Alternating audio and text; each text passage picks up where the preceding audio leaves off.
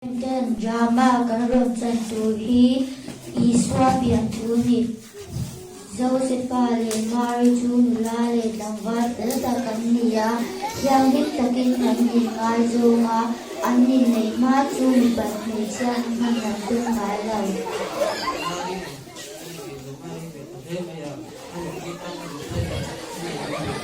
Joseph ni we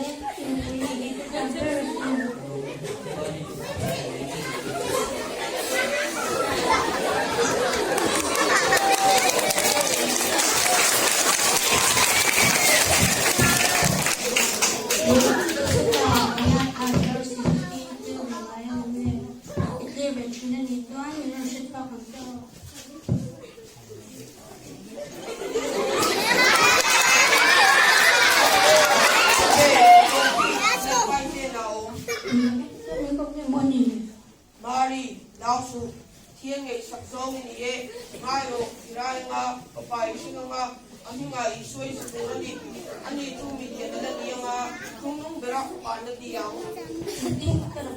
Atu makalang pagpasira ba? Sarap Thiên Nghệ Michunga Alaw Nga, Nung Berak Thiên Nghệ Nga Diang, Ten Tu Bangin, Thiên Nghệ Lo Thiên Rabu, Thiên Ka Diang. Ay, tingnan pa mo rin ito. Huwag dyan ito po nga ito.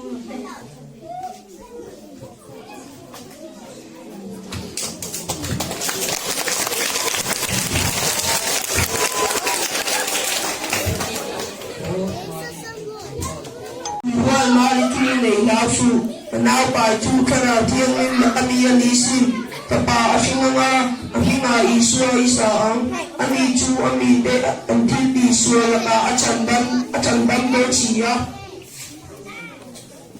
Kau siap juga kamu tempat maya. Apa ya kan? Kan apa pun harus sangat ya. Si Juan Joseph Juan ano po Juan Mari Chu ya anay ta lal Carlo biang tu iswa kun iswa chu kun samitin patung te Juan ay silang anong buwa ay silang jadi kalian semua lal horma dia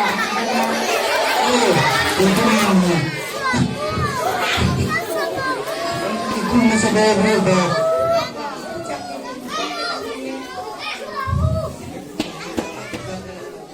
Budak adalah endingnya biar diirsiata. Chắc là có gìกันหัวอาหารจะเป็นพวกฟูริกันลงกันแล้วนี่ Animo, bakal la nau teso ko som syok rau.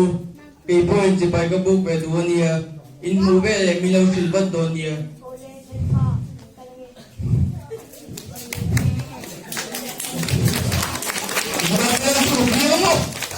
Kaya ba ay katag ngayon doon ni? Kaya wala na ka ng puro nilaw. Kala mo.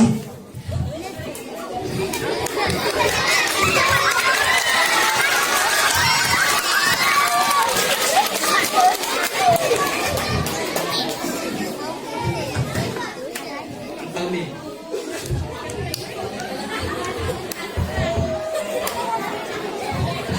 Mari, nagyaw eh. Kaya saan gawin.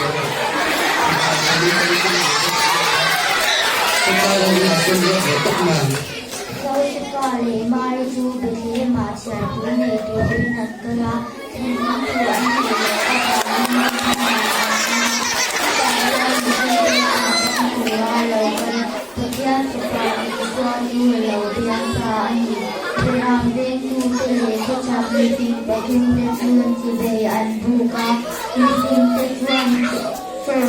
Bising de chuan lo narang kachapte birole murate anpe ani kosak mifing pathum ten RC kosak mifing pathum ten iswa thilpe mga chibe anbu kang hian kaini pon iswa chibe kang bun ve tu ani iswa chibe kang bun ta tu chu thon lo hak to lo la chasi te kan ne chuan kan chan tom ne chalo Christmas ko mol po lay ve te lo te kan pe kan iswa thil pe kin si be kan buk ve dinani Muina hian intanda vida kwa chandam tu apiang ta lal Krista chuk